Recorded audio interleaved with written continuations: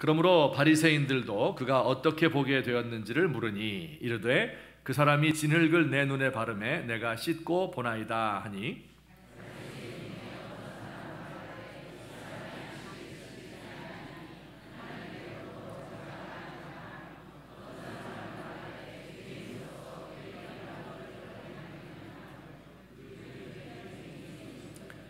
이에 맹인되었던 자에게 다시 묻되 그 사람이 내 눈을 뜨게 하였으니 너는 그를 어떠한 사람이라 하느냐 대답하되 선지자니이다 하니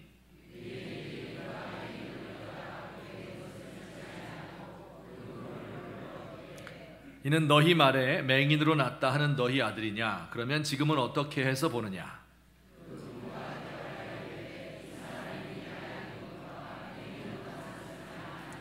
그러나 지금 어떻게 해서 보는지 또는 누가 그 눈을 뜨게 하였는지 우리는 알지 못하나이다. 그에게 물어보소서. 그가 장성하였으니 자기 일을 말하리이다.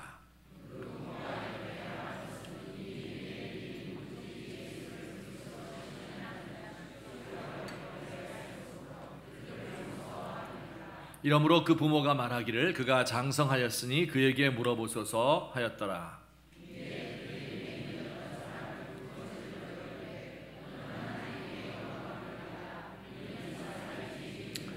다 같이 봅니다. 대답하되 그가 죄인인지 내가 알지 못하나 한 가지 아는 것은 내가 맹인으로 있다가 지금 보는 그것이니이다. 아멘. 우리는 지금 날 때부터 맹인이었던 사람의 눈을 띄워주신 예수님에 대해서 3주째 살펴보고 있습니다. 지난 주일에는 예수님께서 이 맹인의 눈을 뜨게 하신 방법을 제가 말씀드렸죠. 침을 뱉어서 진흙을 이기고 이것을 맹인의 보이지 않는 두 눈에 발랐습니다. 실로암 못에 가서 씻으라고 했어요. 왜 눈에 진흙을 발랐을까? 또 왜 실로암 못에 가서 씻으라고 하였을까? 그 상징적인 의미가 무엇일까 하는 것을 말씀드렸는데 혹시 못 들으신 분은, 잊어버리신 분은 집에 가서 인터넷으로 다시 듣기 하셔야 될 것 같습니다. 오늘은 이 맹인의 눈을 띄워준 이후에 일어난 일들을 생각해 보려 합니다. 자, 우리 맹인이 눈을 뜬 이후에 어떤 일이 일어났을까요? 우리 한번 상상해 보십시다. 이 맹인이 나이가 성경에 정확히 기록되어 있지는 않지만 이 정황상 볼 때 이제 갓 청소년기를 지난 젊은이인 것 같습니다. 날 때부터 앞을 못 보던 사람이 갑자기 눈을 뜨게 되었어요. 그러면 어떤 일이 벌어질까요? 뭐 말할 필요도 없죠. 이 사람은 보게 되었다. 뛸 듯이 기뻐하면서 한달음에 집으로 갔을 겁니다. 물론 집을 찾는 데는 상당한 어려움이 있었을 겁니다. 뜬 눈으로 집에 가본 적이 없기 때문에. 그래서 물어물어 집에까지 갔겠죠. 그가 눈 뜬 것을 가장 기뻐한 사람은 두말할 필요도 없이 누구였겠어요? 그 부모님이 제일 기뻐했을 겁니다. 앞 못 보는 자식을 낳아서 가슴이 철렁 내려앉았던 분들이죠. 우리가 무슨 죄를 지어서 자식이 이런 고생을 하나, 안 그래도 살기 어려운 세상인데 이 아이의 미래가 도무지 소망이 보이지 않아서 한 20년의 세월을 한숨과 눈물 속에서 살았던 분들이지요. 어느 날 갑자기 이 아들이 눈이 떠져서 오게 된 겁니다. 그 기쁨이 이루 말할 수가 없죠. 그 집에서는 파티가 벌어졌을 겁니다. 손님을 청했는데 주비는 누구예요? 최고의 손님이 누구겠어요? 눈을 띄워주신 예수님이겠죠. 지금 어렵습니까 이게? 눈을 띄워주신 예수님. 모든 친지들과 동네 사람 다 불러 모아서 소돼지 잡고 떡을 하고 포도주를 나눠주고 큰 잔치를 벌였을 거예요. 사람들이 저마다 와서 야, 네가 그 아이냐 하면서 놀라고 말이죠. 너 새로운 인생 살게 된 거 축하한다, 축복한다. 야, 사람들은 놀라운 일을 누가 행하셨냐? 예수님이 하셨다. 그 예수님을 믿고 과연 하나님이 보내신 메시아가 맞구나 하면서 그에게 경배하였을 것이다. 이렇게 상상할 수 있겠죠. 그렇죠? 그런데 성경 보면 실제로 일어난 일은 이것과는 영 다른 일이 일어났습니다. 어떤 일이 벌어졌을까요? 이 두 종류의 사람들을 중심으로 한번 어떤 일이 일어났나 살펴보도록 하겠습니다. 맹인이었던 부모의 이야기인데요. 자, 이 맹인이었던 사람이 집에 돌아왔어요. 그러니 당연히 부모가 보고 기뻐했겠습니다. 이웃 사람들이 와서 보고 또 놀랐습니다. 그를 보고 또 뜯어보는 거예요. 이 사람 같기도 하고 아닌 것 같기도 해요. 눈을 뜬 걸 처음 보니까. 야, 도대체 무슨 일이 너에게 일어난 것이냐? 누가 내 눈을 뜨게 해주었느냐? 물어봤어요. 당연하죠. 그랬더니 이 사람 대답이 이래요. 예수라고 하는 사람이 갑자기 침 뱉어서 내 눈에 진흙을 바르더니 실로암 못에 가서 씻으라고 해서 씻었더니 보게 되었습니다. 있었던 일을 그냥 그대로 정확하게 이야기한 거죠. 이 말을 들은 이웃 사람들은 정말 놀랐습니다. 어떻게 이런 일이 있을 수 있을까? 지금까지 그들이 본 적도 없고 들은 적도 없어요. 맹인이 눈을 떴다는 것을 읽은 적도 없습니다. 성경에도, 구약 성경에도 없어요. 날 때부터 맹인된 사람 눈 뜬 역사가 없는데 어떻게 이런 초자연적인 기적적인 일이 일어날 수 있었을까? 이걸 어떻게 봐야 될까? 어떻게 해석해야 될까? 그래서 예루살렘에 사는 높은 사람, 많은 공부를 했고 이 종교적인 지도자였던 사람들에게 찾아갔습니다. 그러니까 잔치보다 궁금증을 푸는 게 먼저였던 것 같아요. 자, 이 유대인 종교 지도자들은 이미 예수님을 잘 알고 있었죠. 그리고 예수님을 반대하고 있었습니다. 베데스다 못에서 38년 된 병자를 고쳤잖아요. 근데 그때가 안식일이었거든요. 어떻게 안식일을 어기고 그날 일을 할 수 있느냐, 이렇게 하면서 예수님을 싫어하고 나중에는 적대적인 감정을 가지고 막 죽이려고까지 했는데 마침 이 맹인의 눈을 뜨게 한 그날도 또 안식일입니다. 안식일에 일하는 사람이 죄인이지 이게 어떻게 하나님 보냄 받은 사람이냐, 이렇게 생각하고 있었어요. 이 맹인된 사람을, 이었던 눈뜬 사람을 보니까 놀랍기는 하지만 이걸 가만 놔둬서는 안 되겠다. 예수님을 더 싫어하게 되었어요. 맹인이었던 사람에게 물었죠. 너 어떻게 해서 낫게 되었느냐? 네 눈을 뜨게 해준 그 예수라는 사람은 도대체 어떤 사람이라고 너는 생각하느냐? 이 청년이 대답을 했어요. 그는 하나님께서 보낸 선지자입니다. 대답을 했어요. 이 말을 들은 유대인 지도자들은 막 화가 났습니다. 네 부모를 불러와라 해서 맹인의 부모를 데리고 왔습니다. 그리고 부모들에게 물었어요. 이게 니들이 낳은 아들이냐? 정말 태어날 때부터 맹인이었느냐? 그러면 어떻게 해서 보게 되었느냐? 이렇게 질문을 했습니다. 이 부모들이 대답을 했어요. 이 아이가 우리 아들인 것 맞습니다. 맞고요. 날 때부터 눈이 멀었던 바로 그 자식인 거 맞습니다. 하지만 어떻게 해서 보게 되었는지, 누가 그 눈을 뜨게 했는지 우리는 모릅니다. 그거 다 컸으니 그에게 직접 물어보시오. 이렇게 부모가 대답을 했습니다. 자, 여러분 생각해 봅시다. 여기서 이 부모가 과연 예수님이 고쳐주셨다는 것을 몰랐을까요? 어떻게 모를 수 있습니까? 여러분, 이미 예수님은요, 예루살렘의 소문이 쫙 퍼진 유명한 사람입니다.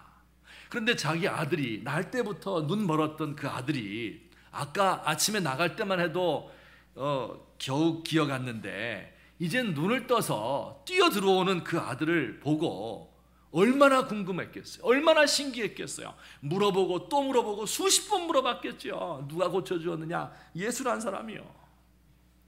그런데 이 부모들은 누가 고쳐주었는지 말할 수 없습니다. 그에게 직접 물어보시오. 이렇게 거짓말을 했습니다. 왜 부모들이 그렇게 거짓말을 했을까요? 성경에 답이 나와 있어요. 27절에 우리 다 같이 시작. 누구든지 예수를 그리스도라 시인하는 자는 출교하기로 결의하였으므로 그들을 무서워함이었더라. 뭐라 그랬어요? 유대인들 지도자들이 예수님을 시인하는 사람을 어떻게 해요? 출교하기로 결의했다. 그래서 그들이 무서워서 거짓말을 한 것입니다. 출교당할까 봐 예수님이 고치신 거 다 알면서도 거짓말을 모른다고 한 것이죠. 도대체 출교가 뭐길래 그렇습니까? 출교란 말의 뜻은 유대교 회당에서 쫓겨난다, 그런 뜻입니다. 유대인들은 어디서 살든지 회당을 중심으로 공동체를 형성했잖아요. 이 회당에서 쫓겨난다 하는 이 얘기는요, 오늘날 당신 죄 졌으니까 이제 교회 나오면 안 된다, 교회를 어지럽혔으니까 출교시킨다, 이것과는 다릅니다. 차원이. 우리 교회에서 만약에 쫓겨나면 아이고 교회가 여기밖에 없나, 옆에 성민교회 가면 되잖아요. 근데 옛날에는요 그렇지 않았던 거예요. 회당에서 쫓겨난다는 것은 그 사회에서 추방당한다는 것과 같아요. 오늘날 이슬람 국가에서 왜 예수를 믿으면 공동체에서 쫓겨나고 살 수가 없잖아요. 그거와 똑같습니다. 이들이 자칫 부모들이요 예수님을 높이고 찬양했다가는 하루아침에 사회적 지위를 잃게 되고 생계를 걱정하는 처지가 될 것입니다. 부모들이 이걸 두려워했어요. 그래서 예수님 모른다고 거짓말을 한 겁니다. 여러분 생각해보면 이럴 수는 없는 거죠. 그죠? 배은망덕도 이럴 수는 없는 거죠. 안 못 보는 자녀의 눈을 뜨게 해주신 예수님, 그 절망 가운데서 이 자식을 정말 소망으로 이끌어주신 그 예수님, 그것도 기적적인 방법으로, 지금까지 듣도 보도 못한 방법으로 자기 아들의 눈을 띄워주신 예수님을 이렇게 대한다는 것은 이해할 수 없는 일입니다. 자녀에게 물어보라고 그랬잖아요. 얘가 컸으니까 직접 물어보시오. 그러면 자기들은 출교를 두려워하고 자녀는 출교를 당해도 좋단 말입니까? 이 맹인이었던 사람의 부모는요 사회에서 밀려날 것을 두려워했기 때문에 이런 거짓말을 했습니다. 회당에서 쫓겨날 것을 두려워한 나머지 자기 자식을 이 불행한 데서부터 해방시켜준 예수님을 부인했습니다. 또 무책임하게도 자기 어린 아들을 이 유대인 지도자들의 손에 넘기는 것입니다. 두려움이 사랑마저도 압도하고 사랑하는 마음을 앗아가버린 슬픈 일이 벌어진 것입니다. 이 부모들의 마음이 쪼그라들어서 겁나서, 그래서 입에서 자연스럽게 거짓말이 나온 겁니다. 자, 그러면 유대인 종교 지도자들은 그렇다면 왜 이렇게 예수님을 싫어했을까요? 날 때부터 맹인의 눈을 뜨게 했는데도 믿지 못하잖아요. 왜 예수님 믿는 사람을 출교시키기까지 이렇게 결의한 것일까요? 안식일을 지키지 않았다 해서 그랬대요. 안식일을 지키지 않는 것이 왜 그렇게 중요한 겁니까? 그것은 그들이 생각하기에 안식일을 중심으로 해서 그 사회 체제가 형성되어 있는데 그 사회가 무너질 것 같은 그런 두려움 때문에 그랬어요. 이 지도자들은 사회의 상류층이잖아요. 상층에 있는 사람들은요 체제를 유지하는 사람들이에요. 이들은 예수님께서 자신들 유대인 사회의 체제를 무너뜨릴까 봐 두려운 마음이 있었습니다. 나중에 이들은 예수님이 기적을, 사람 살리는 기적을 일으켰을 때 이런 식으로 서로 이야기했습니다. 요한복음 11장 47절 48절을 보시면 우리 다 같이 읽어볼까요? 시작.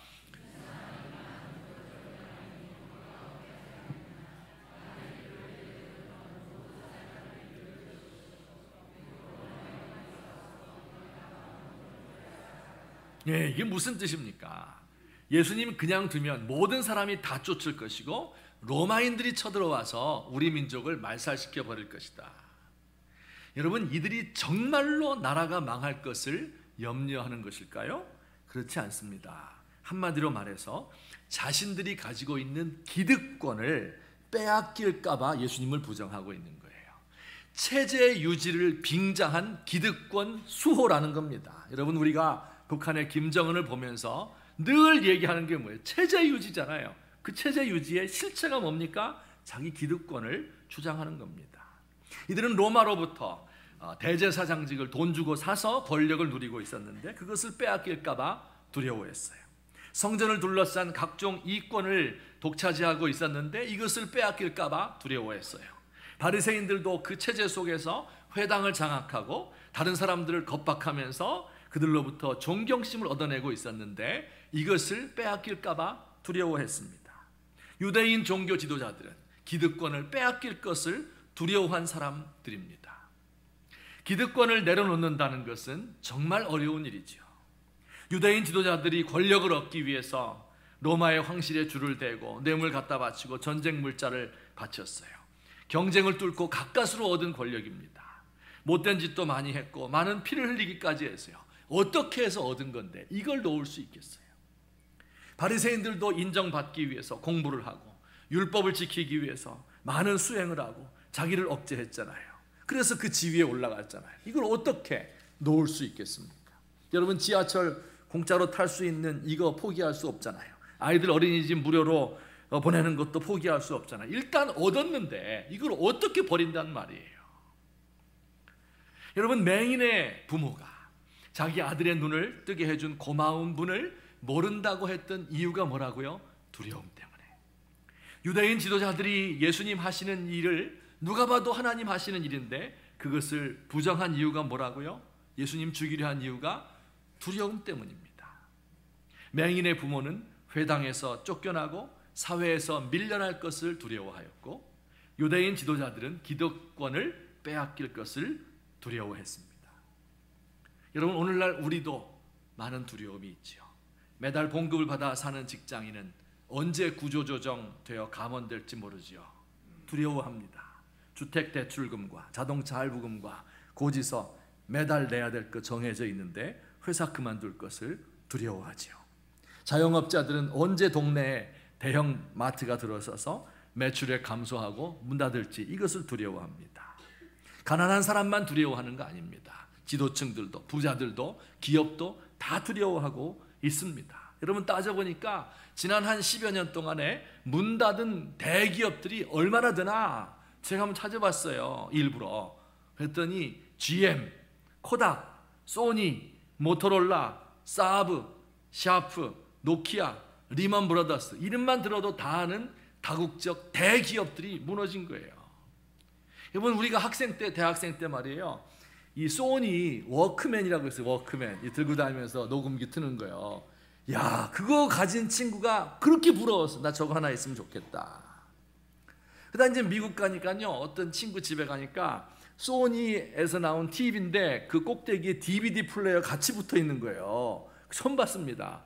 그 화면이 얼마나 크고 좋은지. 야, 우리 집에 저거 하나 있으면 좋겠다. 얼마나 부러워했는지 몰라요. 근데 그 소니가 망할 것이라고 누가 감히 상상을 할 수 있었겠어요? 그러면 두려운 거예요. 이런 두려움. 두려움이라는 것이 이렇게 사랑을 마비시키죠. 진실을 외면하도록 만들죠. 두려워하는 사람은 실력을 발휘할 수도 없고 말을 제대로 할 수도 없고 주눅이 들고 기가 죽고 쪼그라들고 제 인생을 살지 못하고 가정도 파괴하고 그리고 사랑도 외면하게 돼요. 두려움이란 게 그런 거예요. 이 부모들에게, 그 사회 전체가 이 두려움 가운데 있었던 모습을 보게 됩니다. 자, 그러면 이 두려움은 어디서 비롯된 것일까요? 사람들은 왜 그렇게 두려움 속에서 헤매고 있는 것일까요? 두려움을 극복하려면 어떻게 해야 되는 것일까요? 성경을 통해서 답을 찾아보기로 하겠습니다. 바로 오늘의 제목입니다. 오늘 제목 뭐예요? 어둠은 두려움을 낳는다. 어둠 때문에 그렇습니다. 두려움은 어둠에서 비롯된 것이기 때문에 빛이 비추이지 않는 한은 그 어두움을, 두려움을 극복할 수가 없습니다. 이 어둠이 두려움을 낳는다는 게 무슨 뜻인지 제가 설명을 좀 해드릴게요. 어느 사람이 깜깜한 밤길을 가는 거예요. 달도 없고 별빛도 없어요. 그러다가 발을 잘못 디뎌서 벼랑에 떨어지게 됐습니다. 떨어지면서 잽싸게 손을 뻗었는데 용케도 나뭇가지 하나를 붙든 거예요. 근데 이걸 아무리 해도 어떻게 걸치고 기어 올라갈 수가 없었어요. 근데 깜깜한 밤이니까 아무리 소리를 질러도 아무도 대답하는 사람이 없어요. 아무도 지나가지 않는 겁니다. 그래서 이제 몇 시간이나 지났어요. 이 사람이 사투를 다 하는 거죠. 그래서 이제 더 이상 버틸 수가 없어요. 그래서 이젠 죽었구나 하면서 정신이 혼미해지면서 손을 스르르 놓았습니다. 벼랑에서 떨어졌겠죠. 떨어지고 보니까 겨우 30cm밖에 안 되는 곳에 매달려 있었던 거예요. 그래서 몇 시간 동안 이걸 올라가려고 발버둥 치고 소리 지르고 죽을까 봐. 손을 놓으면 죽어야 안 죽어요? 아니 지금 그 사람 손 놓으면 죽어요, 안 죽어요? 안 죽죠. 손 놓는 게 사는 길이죠.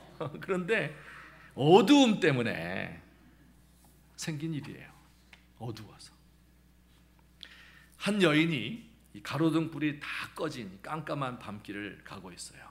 저 앞에 가면 이제 집이 거의 다 가는데 저 앞에 어둠 속에서 바스락 소리가 들리는 겁니다. 깜짝 놀라서 걸음을 멈췄어요. 귀를 기울였습니다. 근데 아무 소리도 들리지 않는 거예요. 그래서 내가 잘못 들었나 생각하고 용기를 내어서 계속 걸으려고 했어요. 근데 걸음을 떼어놓자마자 또 소리가 들리는 거예요. 무섭고 떨려서 걸을 수가 없어요. 누굴까? 혹시 강도인가? 성폭행범이 나 덮치는 거 아닌가? 한참 후에 이 떨리는 가슴을 가다듬고 용기를 내어서 말을 걸었습니다. 거기 누구세요? 저쪽에서 대답을 했어요. 당신이요? 난 또 누구라고? 남편도 어둠 속에서 상대가 누구인지를 몰랐기 때문에 무서운 거예요. 이 여자도 어둠 속에서 상대가 누구인지 모르기 때문에 무서운 겁니다. 이 사람이 움직이면 저쪽도 움직이고 내가 가만히 있으면 저쪽도 서고 얼마나 무서워요. 여자가 더 용기가 있어서 먼저 말한 거죠. 여러분, 얼마 전에 목함 지뢰 사건으로 남과 북이 일촉즉발의 위기까지 갔었던 적이 있습니다. 있었죠? 벌써 다 잊어버리셨어요? 이게 바로 어둠 속에 갇혀 있기 때문에 상대가 누구인지 몰라서 무서워한 겁니다. 남쪽은, 우리들은요, 북한이 무섭죠. 핵무기를 가졌대요. 군사 강국입니다. 젊은 통치자인데 그 안에서 무슨 일이 일어나고 있는지 몰라요. 어떤 오판을 해서 전쟁이 전면전이 일어날까 두려워했잖아요. 게다가 잠수함마저 양 50척이나 된 게 물속에 들어가서 언제 튀어나올지 모른다고 합니다. 그런데 생각해보면 북쪽 사람들도 남한에 대해서 똑같은 마음을 가지고 있었을 것입니다. 한미 군사훈련은 계속되잖아요. 언제 쏠지 몰라요. B라는 날라오잖아요. 대북방송은 재개됐잖아요. 무슨 일이 어떻게 벌어지는지 모르지 않습니까? 여러분, 따져보면 이 땅에 수많은 분쟁들이 바로 이와 유사합니다. 어둠 속에서 서로를 두려워하는 거예요. 서구의 자본주의 사회는 이슬람이 테러 집단인 줄로 생각해서 두려워하고, 이슬람 사람들은 서구 사회가 자신들의 전통을 무너뜨린다고 생각해서 두려워하지요. 인종과 문화가 다른 두 집단이 서로에 대해서 적대적인 것, 어둠 속에서 서로를 모르기 때문에 이렇게 된 겁니다. 어둠 속에서 서로를 무시하면서 막무가내로 내 것을 고집하기 때문에 일어나고 있는 이런 두려운 현상들이 바로 우리 사회의 현재 모습인 것입니다. 사실 이 어둠이라고 하는 것은요, 따져보면 바깥 세상에만 있는 것이 아닙니다.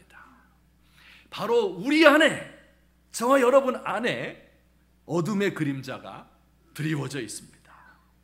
음침하고 음울한 마음이 있습니다.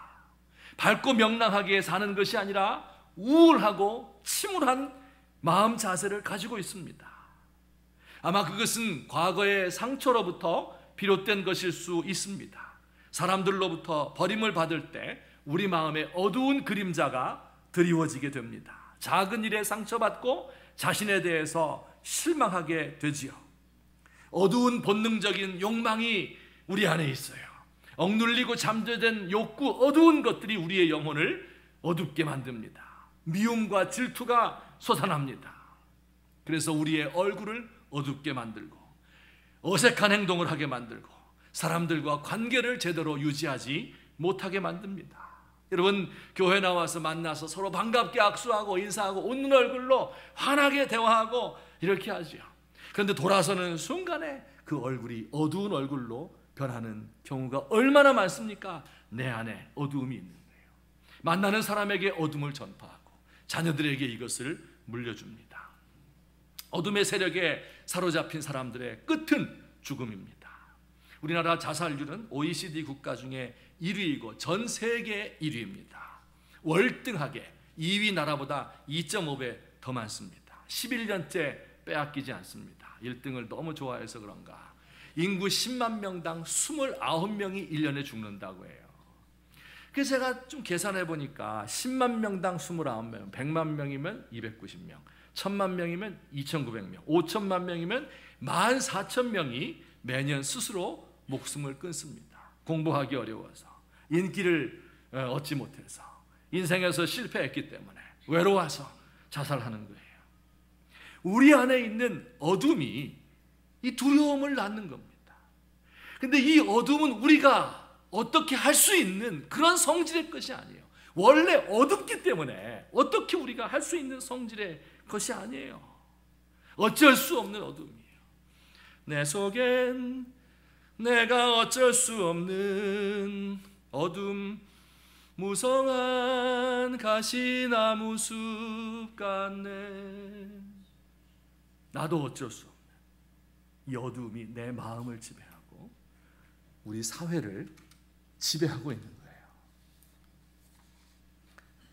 예수님 말씀 중에 이런 표현이 있어요. 요한복음 12장 35절인데요. 다 같이 한번 읽어볼까요? 시작.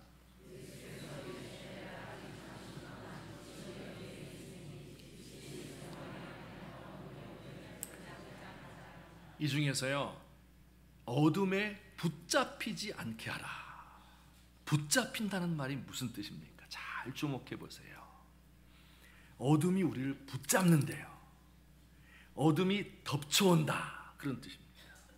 마치 파도가 일어서 배를 덮치는 것처럼, 사나운 짐승이 사람을 덮치는 것처럼 이 어둠이라고 하는 것이 다가와서 우리를 붙잡고 우리를 이기고 우리를 압도하고 우리를 지배한다고 하는 거예요.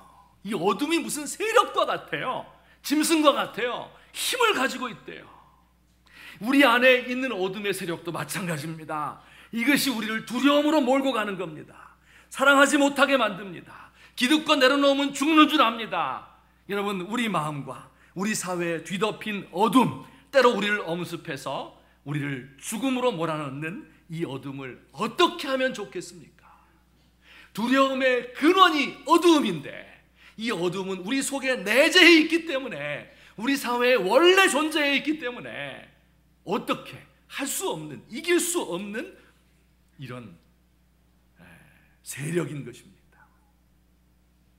예수님께서 답을 주셨습니다. 요한복음 8장 12절 말씀, 요한복음 8장과 9장 전체에 걸친 주제가 되는 성구입니다. 우리 다 같이 읽겠습니다. 시작. 예수께서 또 말씀하여 이르시되 나는 세상의 빛이니 나를 따르는 자는 어둠에 다니지 아니하고 생명의 빛을 얻으리라. 아멘.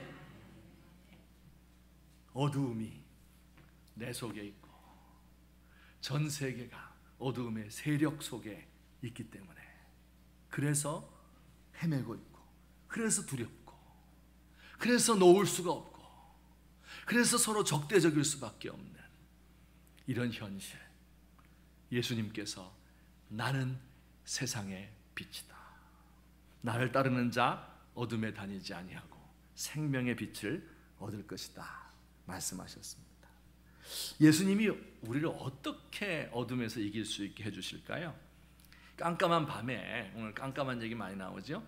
엄마가 아이에게 심부름 시켰습니다. 저 뒷뜰에 가서 빗자루를 가지고 와라. 아이가 말했어요. 엄마, 바깥은 캄캄해서 무서워요. 나가기 싫어요. 엄마가 말합니다. 예, 밖에는 예수님이 계신데 뭐가 무섭니? 정말 예수님이 계셔요? 그럼 그분은 어디든지 계셔서 내가 힘들 때 널 도와주신단다. 엄마가 이야기했어요. 아이가 잠시 생각하더니 뒷문을 살짝 열고 그 틈새로 말했습니다. 예수님, 거기 계시면 빗자루 좀 던져주실래요? 예수님께서 이런 방식으로 우리를 도와주실까요? 뭐 그럴 때도 있어요.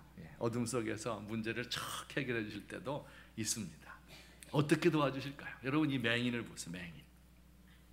요한복음 9장을 자세히 읽어보면 이 맹인이었던 사람이 눈을 뜨게 된 거 정말 놀라운 일이죠. 정말 잘 된 거죠. 그죠? 깜깜했던 사람이 보게 된 거예요. 그런데 다시 한번 생각해 보면 이게 꼭 그렇게 기뻐해야만 되는 일은 아닙니다. 맹인이었을 때 그는 살 길이 막막했죠. 그래서 구걸을 해서 먹고 살겠죠. 근데 눈을 뜬 지금에 와서는 뭐 하면서 살겠습니까? 20년 동안 교육받은 일이 있어요? 기술 배운 적이 있습니까? 직업 훈련 받은 적이 있어요? 아무것도 없어요. 먹고 살 길 막막합니다. 근데 가만히 보니까 부모도 옛날 부모가 아니라는 걸 이제 드디어 알았어요. 나 그렇게 사랑하는 줄 알았는데 알고 보니까 아유, 그에게 물어보시오. 날 막 넘겨주는 것 같아요. 게다가 그는 정말 출교를 당했습니다. 34절에 보니까 막 이 사람에게 겁박하는 거. 너 예수님 부인해라. 너 예수님 죄인이라고 말해라. 그러니까 이 사람이 예수님 부인하지 않았거든요. 그랬더니 막 이 사람들이 화를 내면서 내가 온전히 죄 가운데서 나서 우리를 가르치느냐 하고 쫓아보냈어요.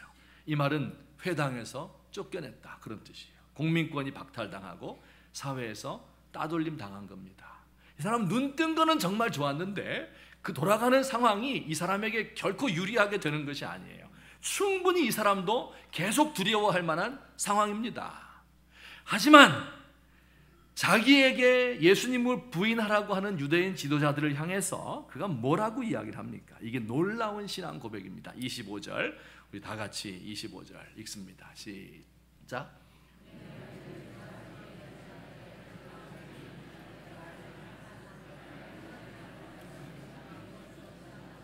예, 이렇게 대답했어요. 그가 죄인인지 아닌지 나 그런 건 모릅니다.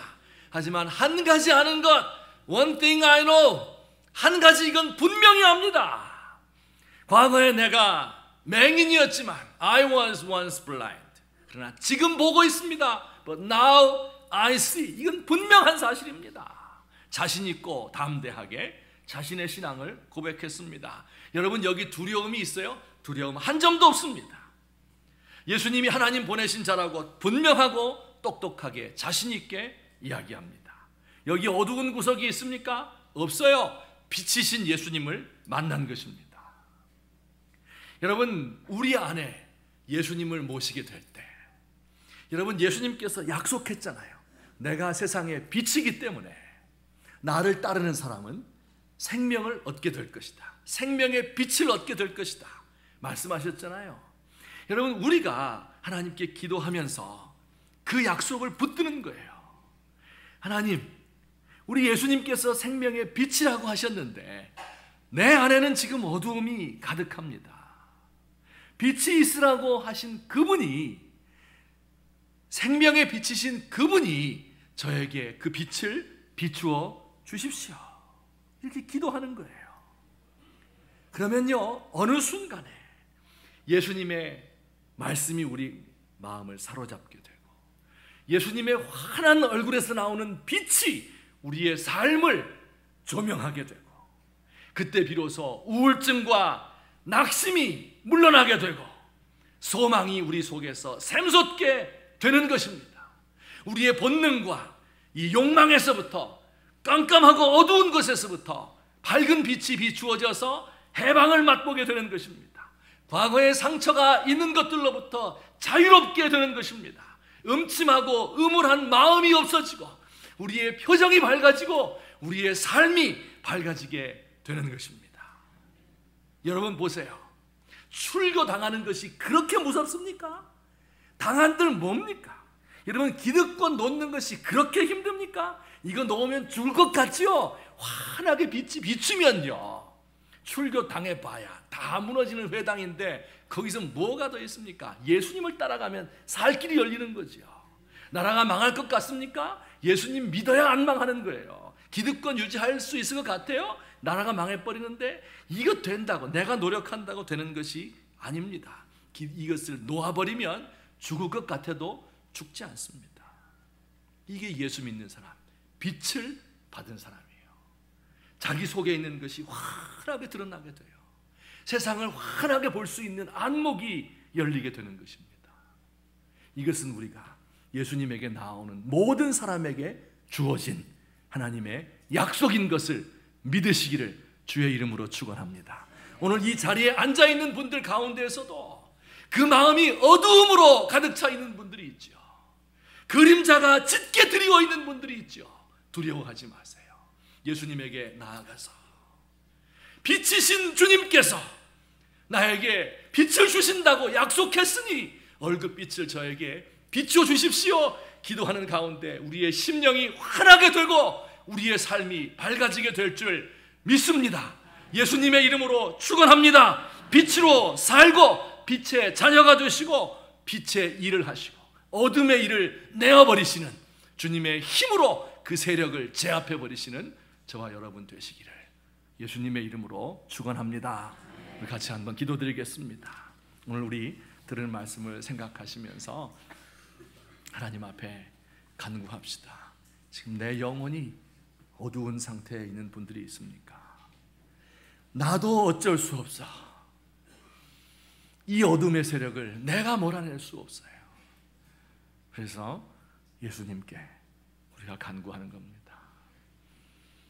내 속에서 솟아나오는 이 본능적인 욕망을, 내 영혼을 어둡게 만드는 이 질투와 미움과 분노를 내가 사귈 수가 없어요. 예수님만이 해결해 주십니다. 예수님 나에게로 오셔서 환하게 얼굴빛을 비추어 주십시오. 우리 같이 한 목소리로 기도드리겠습니다. 사랑의 하나님 아버지 고맙습니다. 우리의 삶이 이렇게 어려움 가운데 두려운 마음이 있고 때로는 사랑해야 될 사람을 사랑하지 못하고 때로는 내가 놓아야 될 것을 놓지 못하고 사는 길이 아니라 죽는 길로 나아가는 우리의 모습을 보고 우리의 사회의 모습을 바라봅니다. 아버지 너무 안타깝고 아버지여 너무 힘들고 너무 한심하지만 그러나 우리 안에 어두움이 있기 때문에 이것을 어찌할 수가 없습니다. 어두움이 두려움을 낳고 있습니다. 주여 빛 되신 주님께서 우리 가운데 찾아와 주시옵소서. 아버지 우리 사회를 뒤덮고 있는 어둠의 세력들 물러가게 하여 주옵소서. 내 마음속에 자리 잡고 있는 죽음을 향한 마음들, 어둡고 음울하고 음침하고 더러운 이 마음들을 주님께서 제하여 주시옵소서. 주님의 얼굴빛을 환하게 우리를 향하여 웃으시는 그 예수님을 만날 수 있게 하여 주옵소서. 오 주여 우리의 마음속에 예수님 아는 빛을 허락해 주옵소서. 빛이 있으라 말씀하신 그래서 이 세상의 모든 어두움을 물리치시고 혼돈의 질서를 부여하시고 공허한 것에 가득 채우신 풍성한 우리 주님께서 오늘 우리 마음 가운데 찾아와 주시옵소서. 사랑의 하나님 아버지, 참 우리의 삶과 우리 세상의 삶이 두려움 가운데 가득 차 있고 그래서 우리가 마음이 쪼그라들고 주눅이 들고 사랑할 사람을 사랑도 하지 못하고 책임도 지지 못하고 놓으면 죽을 것 같아서 붙들고 있는 우리의 어리석은 모습입니다. 이 모든 두려움의 근원이 어둠에 있고 그 어둠이 우리의 마음에 깊이 그늘을 들이우고 있습니다. 하나님 우리의 힘으로는 어찌할 수가 없고 내 능력으로는 이것을 압도할 수가 없습니다. 주여 우리 마음에 찾아오는 이 어둠의 세력에 내가 붙들리지 않도록 하여 주옵소서. 하나님 우리가 눈을 감고 간구하는 가운데 빛으로 오신 예수님, 온 세상에 빛이 있으라고 말씀하신 창조주 우리 하나님의 얼굴 형상을 바라보게 하여 주옵소서. 그의 음성을 듣게 하여 주옵소서. 그의 뜻을 이해하게 하여 주옵소서. 그래서 우리의 마음이 환하게 밝아지며 모든 두려움이 제거되며 자유롭게 하나님을 섬기고 사람들을 사랑할 수 있는 주님의 백성들 되도록 우리를 도와주시옵소서. 예수님의 이름으로 기도하옵나이다. 아멘. 우리 이 시간에 함께 찬송 부를 때에 428장 내 영혼의 햇빛 비치니 참 귀한 찬송입니다. 우리 믿음을 가지고 부르시고 또 나에게 아직도 이런 확신과 체험이 없으신 분들은 기도하는 마음으로 내 영혼의 햇빛 되시는 주님을 만날 수 있도록 하여 주옵소서. 우리 같이 함께 힘있게 부르시겠습니다.